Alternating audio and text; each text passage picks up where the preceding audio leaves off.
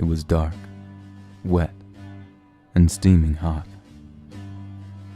2 busloads of V Company were to fly from Changi Base in Singapore in the middle of the night in an RNZAF C-130. We didn't own many C-130s. It's December 2011 as I write this story, and there is a very old and noisy C-130 that often flies over my home on Auckland's North Shore as it comes into land in Wanuapai. I strongly suspect it is the same plane that took us to Vietnam in April of 1967. We had been packed and ready to go all day. It was just on dusk as we rolled out of Terendak Camp near Malacca in central Malaysia. We were off to war at last.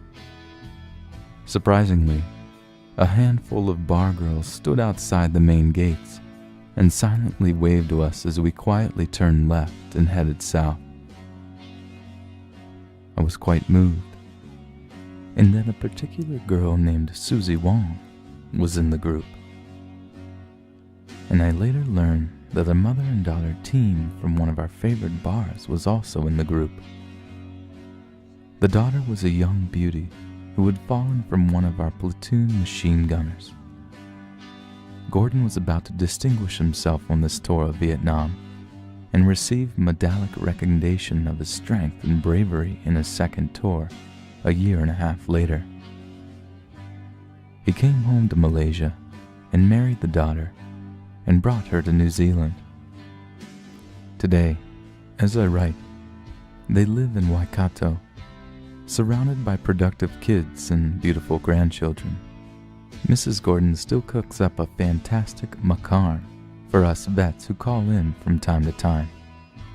She is a happy, bubbly, living example of the Army's sensible relaxing of strict laws around the marriage and repatriation of local brides and our soldiers. Mrs. G returns home to Malaysia each year to see her family. She has done so for 43 years. But I digress. We dozed all night on the buses until, after some rather intense discussions and searching at Johor Bahru, we crossed the causeway into Singapore.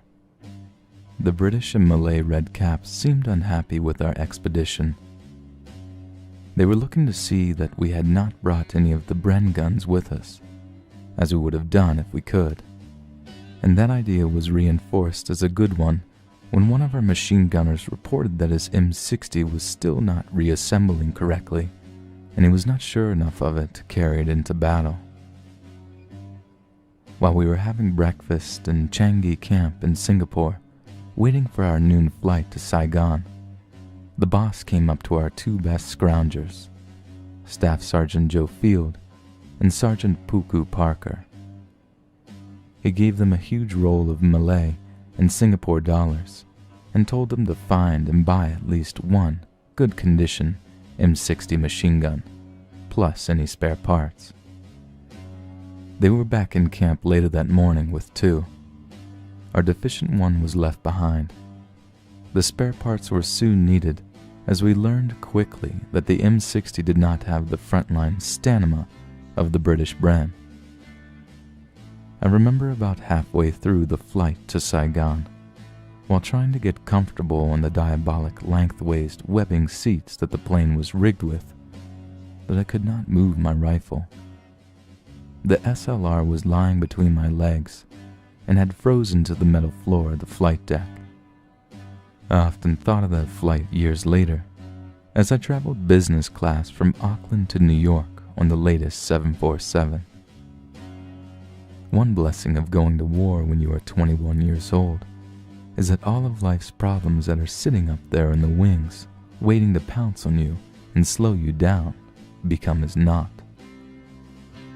The whole Vietnam experience was about to change and mold me into a human being that could handle any of life's roadblocks, setbacks, and hardships, and most importantly, to laugh at their insignificance. My life was about to change forever. and for 5 of my mates on board that plane that day, life would forever end during the coming months. For some, this was their last C-130 ride. But these gloomy thoughts are only real years later. On the day, we marveled at the size of the Tan Son Nhut Air Base in Saigon as we circled to land. It was the busiest airport in the world at that time, and it looked it. We were hustled off the aircraft and marched across the tarmac.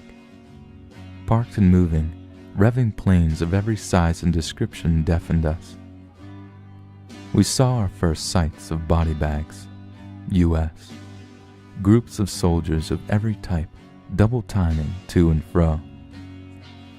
Not needing any customs, formalities, passports, etc., we were simply moved into a tin shed and handed a full water bottle in exchange for an empty one off our belts, and one full magazine of live rounds for our rifles. I was horrified. What the hell was this? I knew we were going back by open truck to our new base at Nui Dat. About 5 to 6 hours through tiger country. Surely we need more than one magazine of ammo. I've been used to carrying 6 mags plus one loaded on my rifle.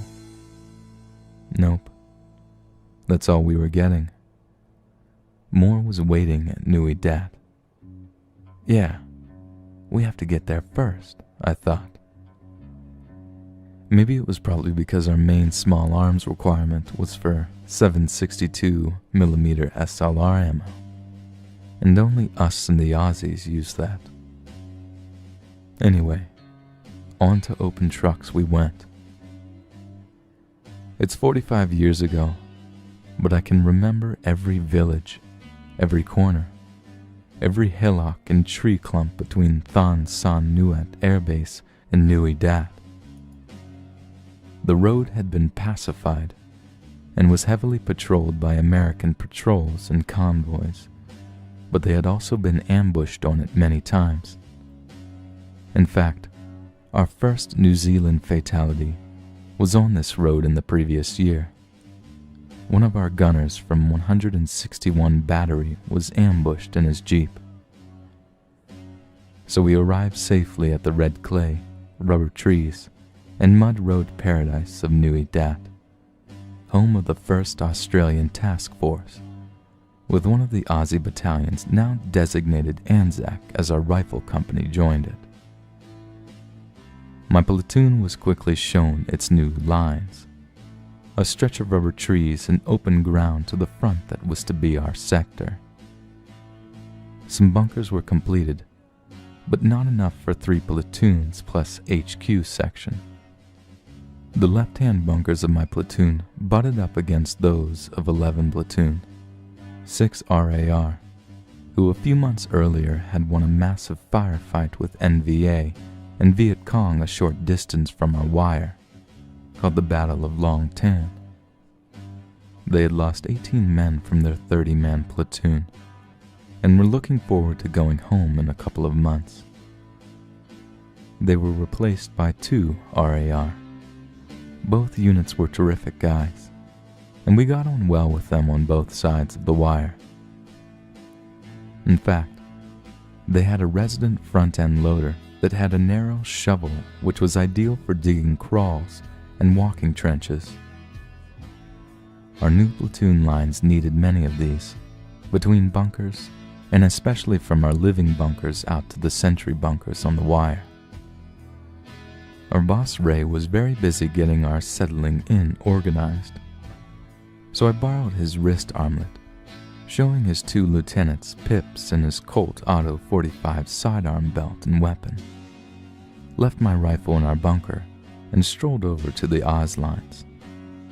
"Hey, driver!" I yelled with authority to the sweating driver of the FE loader. "Follow me to the Kiwi lines and dig a few trenches for them, will you?" "Yes, sir," he said. He spun the loader around and, like a nodding and lurching dinosaur, followed me slowly back to our lines. The guys saw me coming, put down their muddy shovels, and started with the standing order of the day. "Over here, sir," they would yell to me. I would direct my compliant Aussie to the required trench area, and away we went. By plying the driver and his sidekick with many Kiwi beers that evening, we had his services of the following day as well. The hardest parts of all our trenches were done.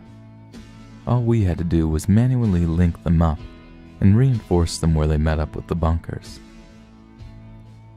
The boss was most impressed with my leadership skills and lying ability, and muttered something about capital charges for imitating a commissioned officer while on active service, and then seeing that I would get onto a regular officer selection course as soon as our tour was over. He repeated this when he discovered in the coming months that I was the only one in his platoon that could speak or read a little French and play chess. But as fate had a way of working out, a career officer I was not meant to be. By the first weekend, excitement was building. We were going to go out on our first fighting patrol. It was to be a 4-day, 3-night rectangular path patrol that would take us just out of the TAOR, or Tactical Area of Responsibility, areas and into a free fire area. These areas were designated as unpacified and could contain elements of enemy activity. But key to the designation was that there was no legitimate civilian activity in the zone. Any movement or activity was designated as enemy and, as such, could be fired upon. This being our first operation, we were encouraged to try out all available field rations in camp before we packed. This would enable us to select to carry only those items that we liked. The choices were surprisingly good. We had a choice of U.S. rat packs, canned goodies like ham and lima beans, spaghetti and meatballs, chili, mince, and even a small loaf of canned bread and cake. Also on offer were British issue packs from Malaysia, mainly dehydrated meals. These were no good in dry season, when the only water in the bush was what we carried from our belts, and that was needed for drinking. But also included in this Brit pack was a small, silver can of ham and egg omelet. I declared this to be my favorite and packed 6 of them into my pack, at the expense of other items. We had our briefing, packed rations and ammo, saddled up, and headed out through the wire for the first time. The weather was hot and dry, and even at our slow, careful patrol pace, we had cleared the heavy bush rubber mixed growth by midday, and were getting into more rolling country with some sparse cleared areas. Heat shimmers and occasional dust made clear vision difficult, but we had great faith in our lead scouts. During the middle of the second afternoon, we were stopping for a drink every hour and starting to ration ourselves as the streams and rivers showing up on the map were all coming up dry.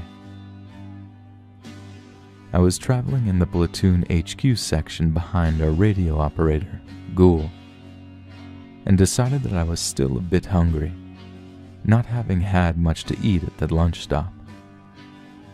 I had had to carry a message to each of our quickly posted sentries.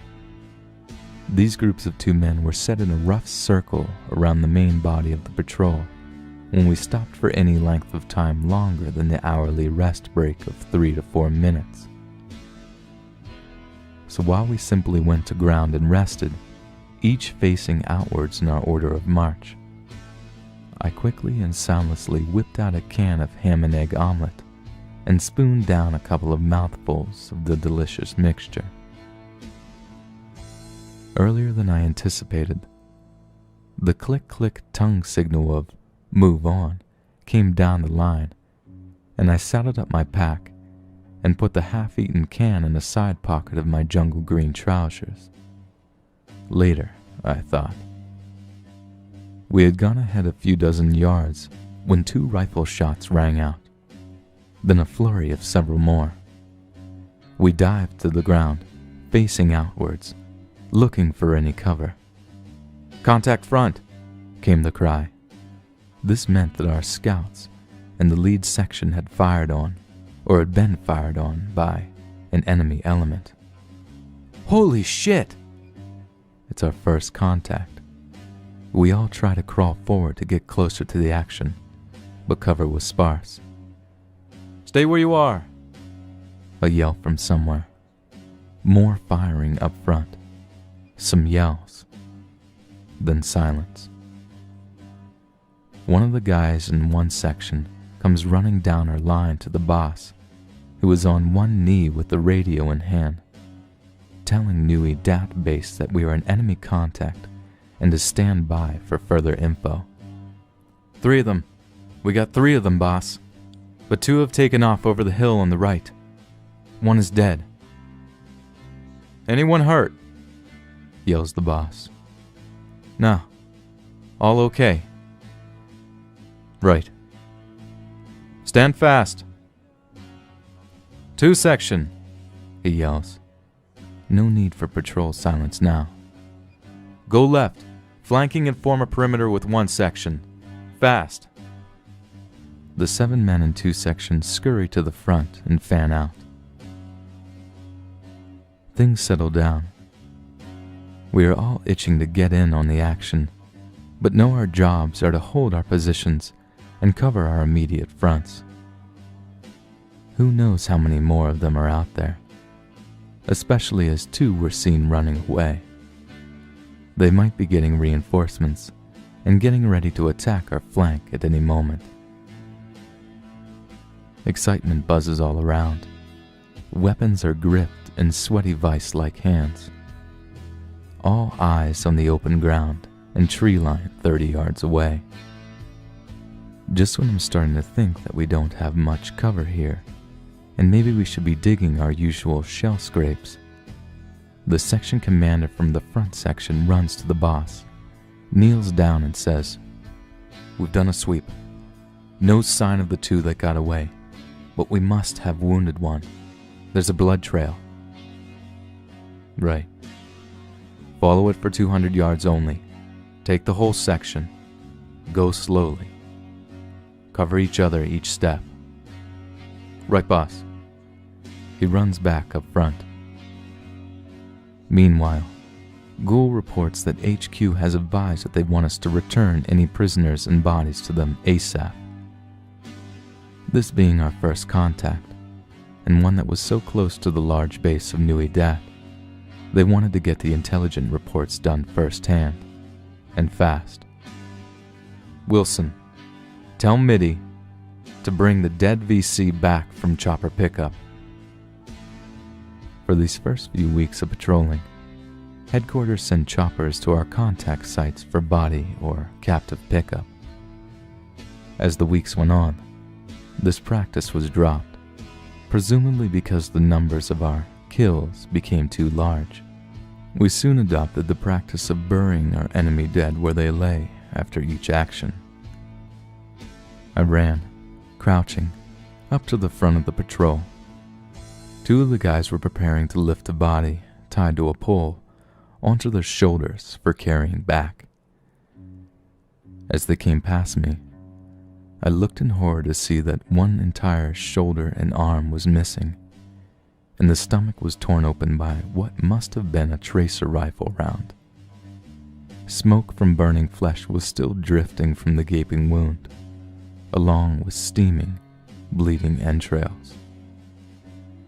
One arm and both legs were tied to the pole, but in the absence of the other arm, the guys had tied the long, black hair to the pole to balance the load. Yes, long black hair.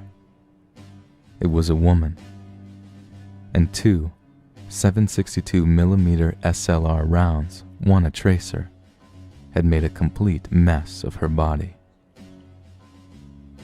I stared at my first battlefield wounds. None of the dozens of similar sights to come in the next few months had this effect on me. The ham and egg omelet came straight up, out of my mouth and all over the ground in my boots. The body was carried back to the designated landing zone for the chopper. We regrouped and carried on with the patrol. The rest of the next 2 days are a blur. We didn't talk about the contact. We didn't meet any other enemy. Our firing probably scared off any enemy presence for miles around. We seemed to be back at camp sooner than expected. It slowly came out that our lead section had surprised a small group of itinerant civilians, although intelligence called them BC collaborators, gathering wood and materials. They were unarmed. No blame was mentioned.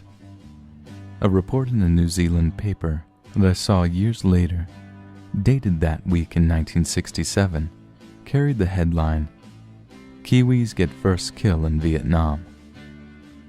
It called the action a firefight between us and elements of a local VC battalion, D445, who we did meet up with many times later. We never talked about it. A close mate, to this day of mine, was one of the 3 riflemen who fired on the group. We are well over the unarmed woman aspect of the action. At the time, he was only worried about getting into trouble with the boss because he thought he missed with his first shot. I learned that we were not the big, tough jungle fighters that we thought we were. We quietly felt bad about the whole incident.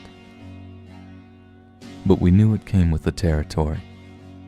We would have far more honorable actions against a well-armed and determined enemy to come. And we proved ourselves. We also had no qualms about returning fire on a woman in this violent war against guerrillas, who were a match for our jungle craft. I never ate or took into the field again a can of ham and egg omelet. And I will never use, nor approve of, the current casual use of the term gutted in conversations. Number 3. Grown men do cry, and the green, green grass of home.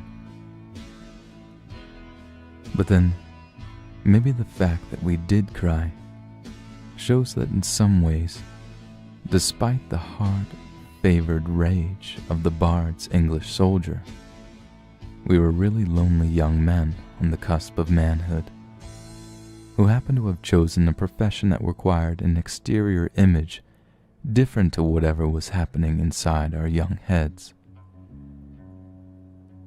The first of my 2 examples of this happened on my first night at Burnham Camp, outside Christchurch. I had been sent there from Waiouru, in the center of the North Island, after completing my basic infantry training. Burnham was home to the depot of the 1st Battalion, Royal New Zealand Infantry Regiment. It was here that the Army took new recruits who had successfully passed the basic tests of being a soldier, and turned him into a skilled infantry fighter, capable of living off the land in open and jungle terrains anywhere in the world. During this specialized corps training, one potential area of focus was the border war of Borneo, where our battalion was already serving as part of the British Commonwealth response to Indonesia's invasion and aggression to the newly formed Malaysia. The other scenario that we trained for was more open warfare in such terrains as southern Thailand, an area still plagued by terrorists. I don't remember Vietnam being mentioned at this time, though I'm sure that it was on the minds of our instructors. As I was about to find out, Our jungle skills and drills worked just as well in the New Zealand bush, Malay jungle or Vietnamese paddy, jungle, village, and roadways. As long as we became expert at all things infantry, we would be fine. I was soon in my new and very unfamiliar bed and surroundings in Burnham Camp. What the hell am I doing here? I thought. How had I come to be in this godforsaken place? Lying in my new bed that first night, I thought that a review of my Army career so far would help distract me. I had left my cushy life in Wellington 4 months ago and spent a sunny day on the train from my hometown to the main Army camp in New Zealand, Waiouru. I was excited, confident and full of visions of adventure and maybe even glory. I can remember sitting on the right-hand side of the rattling old 1940s carriage as we wound through the Plimerton's hills and came out onto the narrow strip of line above the Ramadi Strait. Up the steep hill to my right were glistening slides of shingle, blooming bushes of yellow gorse, and patches of grass in small, steep valleys. In the bottom of one of these valleys, my eye caught something move. I focused on it. It was a rabbit, about 300 yards up the hill. I alone in the world could see it. My superior eyesight and natural hunting skills had pinpointed him. I could have shot him from the moving train even at that range and sharp uphill angle, I thought. Man, this army is getting one hell of a sharp recruit. Bring it on. I reveled in my choice of lifestyle change. As this change became profound over the next 3 months of basic training, I never once lost this enthusiasm for my new career. Ahead of me were sleeping quarters that were so cold, the wet boots at the end of my bed froze at night. Walking was a mode of transport that filed away in the mind under the heading of other, later. As a rookie grunt, I had to double time or jog everywhere at all times within the camp. My new Army boots were not issued until day 3 of my induction, and my civilian shoes peeled off my feet along with the beer-induced layers of flab from the rest of my body. For some inexplicable reason, I was joining a national service intake to do my basic training for the regular force that I had signed on for. I'd been waiting 18 months from signing up in 1965, and when I was offered this chance to start my new life, I took it. I discovered that the basics were no different from a regular force basic course, except that I was a bit of a geek, a standout, as the only one in our 3 platoons of reluctant national service guys who really wanted to be there. This became obvious in my practice of doing extra map reading SWAT, or weapons manual reading at night, instead of socializing in the mess. On weekends, during off-duty times, I would go for a 5-mile run around the frozen waste of Waiouru. It was at Waiouru that I had the first of a series of good luck appointments and NCOs placed over me in my career. A platoon sergeant was a mild-mannered and immaculately dressed soldier. Sergeant Mowat had the rare skill of yelling softly on a parade ground, being heard loud and clear with wit, sarcasm, and at most times, compassion. His was the job of changing us from civilian slobs into trained infantry soldiers who were capable of going on to any corps of the army, should the need arrive. I don't remember being treated any differently because I was a regular recruit, but I was very much aware that my attitude to the daily grind was different and more upbeat than my new mates. One unforgettable parade ground drill session sticks out in my mind. We had to parade around in our dress number ones. We were a motley-looking lot, and he told us so in his soft, powerful way. He then told us about pride in our personal appearance, what it did for our fellow soldiers, how our personal example lifted the performance of ourselves and of those around us. This was not sinful pride. It was a soldierly pride. Keep it as a very private attribute, he said. Don't talk about it. Don't be vain about it. But make it the cornerstone of everything you do when you present yourselves in public, in the bush, or on parade. I can't recreate the passion with which he drilled us in this philosophy, but I have never forgotten his lessons, backed up with his personal example every day. Sergeant Muwat is one of those men I would like to meet today, to say thanks. 3 outstanding pieces of training stand out in my mind. He and a drill instructor taught me how to defend myself against a man attacking me with a bayonet on a rifle, and flip him over in such a way that I had the rifle and bayonet to the attacker's throat while he lay on his back. Defense against a man armed with just a knife, underarm or overarm came next, and is still remembered by me to this day. He showed us, and then drilled us, time and time again, how to debus, fully laden with pack and rifle from an RL Bedford truck traveling at speed. We worked up from 5 miles an hour to a top speed of 50 miles an hour. This enabled our platoon to disperse onto 2 sides of a road, float from the back of the truck, land on our feet, and move into defensive positions. It was an exciting and never used trick. A drill from World War II, but we loved it. How powerful we felt. The sergeant was the first of many inspiring leaders to come. A short week at home in Lower Hutt, a cold trip in the overnight ferry to Lyttelton, a day's wait in a windy army office in Christchurch, and I was finally on my way back by truck to Burnham, the home of the depot of 1st Battalion. Luckily, I had with me my universal and timeless army greatcoat. It helped me through the long day of waiting for a ride out. This was the battalion that was posted to Malaysia since the 1950s to meet our commitments in Southeast Asia.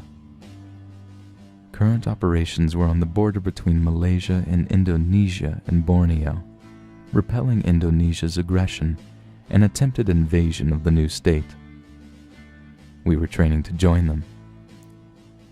I was to join a platform of recruits to be sent to Malaysia for this replacement role as soon as we had mastered the skills of our craft as riflemen. But back to that first night. The duty corporal signed me in the only lit building in the entire camp. It was 10:30 p.m., and the place was silent and deserted.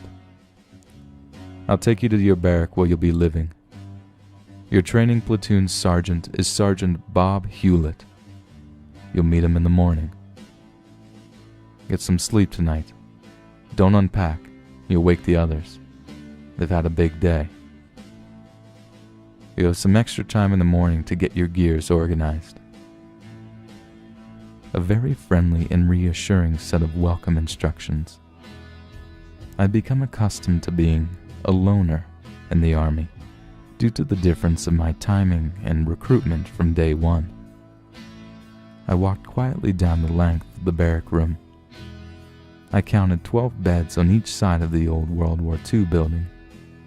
My empty bed was at the end of the right-hand row. All was quiet except for the usual grunts, soft snores, and rustling that you get in a room full of young, sleeping men. I quickly stripped off, found my wardrobe next to the bed, and stowed all my gear in it, hopped into bed in my underpants, and lay back wondering if or when sleep would come. 3 or 4 minutes passed and I was settling in. Something caught my ear. A new noise about halfway down the row of beds, across the aisle from me. It was a snuffling noise that I soon recognized as crying. I had heard it on the first night in the barracks in Waharu, evidently reasonably common in the first week of basic training. But this was the next step up. We had passed the basics, and were here now, voluntarily, to hone our soldiery skills and graduate as battle-ready infantry soldiers. I felt embarrassed for the soldier, whoever he was. Maybe he's had a family death or something. No one said anything, or did anything. The crying went on for some time, and I found myself lying back, thinking strange thoughts. I'm a long way from all that I grew up with, all that I knew I was good at. Every hour of every day yesterday and tomorrow was filled with new, difficult, testing, and sometimes impossible tasks. Could I cope? What the hell was I doing here, in a bedroom with 23 complete strangers? I started to wonder what my brother and sister were doing tonight. Mom and Dad, schoolmates, and of course, girlfriends. I came out of my intense thoughts. My new friend-to-be was still crying, and now it sounded like loneliness. A little like despair. It was quite frightening. What happens in this place that they have sent me to, where a grown man of 20 years of age cries himself to sleep in the dark, surrounded by friends who ignore him? I suppose I'll find out tomorrow, as I better get some sleep. I turn over, pull up the rough blanket. Silence. Soft crying again. A voice from directly across from the foot of my bed, loud and angry. For fuck's sake, Shirley, if you don't shut that fucking sniveling, I'm gonna come down there and do it for you. Silence. No more crying. And don't you start, new boy, or I'll shoot you out too. I thought, I've found the pack leader anyway, and he doesn't like me already. Oh well, tomorrow's going to be interesting. First light, stirring in the ranks. The pack leader is a scruffy-looking bloke with a tattoo on his arm of what appears to be Andy Cap. The caption on it says, "Geez, am I seedy?" He speaks to me. The bloke's got an Australian accent. What the hell's he doing here? I notice his name tape on the front of his helmet on his wardrobe. Brian Ellis. And nice to see someone else with a poofter name, I say with a grin, pointing at his helmet. He glares. What do you mean, poofter? You fucking faggot. I'll give you poofter. He glares at me, preparing to come over and sort me out. Time to end this intellectual conversation. I'm Brian Wilson. Same name, see? My schoolmates sometimes call it a poofter name. I was always the only Brian around. Yeah, he says with a grin. Me too. Come on, I'll show you where the bathrooms and breakfast are. I was in. The bloke became one of my closest mates for the rest of his life. We served together in Vietnam, debauched ourselves in bars all over Asia. We spent a day and a half stuck in a shell hole with a Yank, under fire and scared shitless. He went AWOL in 1969 to attend my wedding, and I went to Adelaide in 1977 to meet his family, and the Yank. He was one of my many extremely colorful soldiers I met. He was borderline soldier material at all stages of our training and service. He was always on a charge and serving fatigues, or cell time, for crimes large and small. I never got placed on a charge in New Zealand, Malaysia, or Vietnam. It used to drive him nuts. We were chalk and cheese, and inseparable. My Aussie mate was by my side in adventures for years after we left the army. Even years later, when I was a senior corporate manager at IBM, and he was wharfie on Wellington's Wharf, we would meet for a few beers several times a week. He became a brother to me. He looked like a sad sack as a soldier. But one day, in Vietnam, in very dicey circumstances, he carried a man in his pack and rifle along with his own gear all day out of water until we could get the injured guy to an APC for help. Ozzy was a soldier when it mattered. Although his arriving drunk at IBM cocktail function at a Wellington hotel in the 1970s didn't enhance my career any. Things were just manageable until he jumped up onto a table, lowered his trousers, bent over and yelled, "How do you like this one, you wankers?" Stunned, silence amongst the gentlemen and ladies as we all stared and wondered at the huge, colored rat disappearing up Ozzy's backside. It wasn't the only time I saw old Roger the Rat, but it was the time that made the biggest impression. So, somehow Ozzy and I made it through corpse training. My last memory of Sergeant Hewlett is at a graduation celebration with a large keg of beer on the back of a ute in a riverbed somewhere, sitting around the fire all night with Sergeant Bob leading the way with songs and stories. He was a terrific trainer. Ozzy proudly showed me his country when our C-130 Hercules stopped at Alice Springs, 12 hours into our flight to Singapore. Then it was Singapore, Malaysia, and on to Vietnam together, as you will read about it elsewhere in these pages. But I never saw Ozzy cry until our last day in Vietnam. We completed our last night's patrol, packed our gear, and were sitting around on the horseshoe waiting for the choppers to come get us. We were going home. The Yanks had been conducting a hearts and minds exercise in our province for months. They would drop pamphlets in the bush and fly their little Cessna around with a huge loudspeaker mounted on the doorway.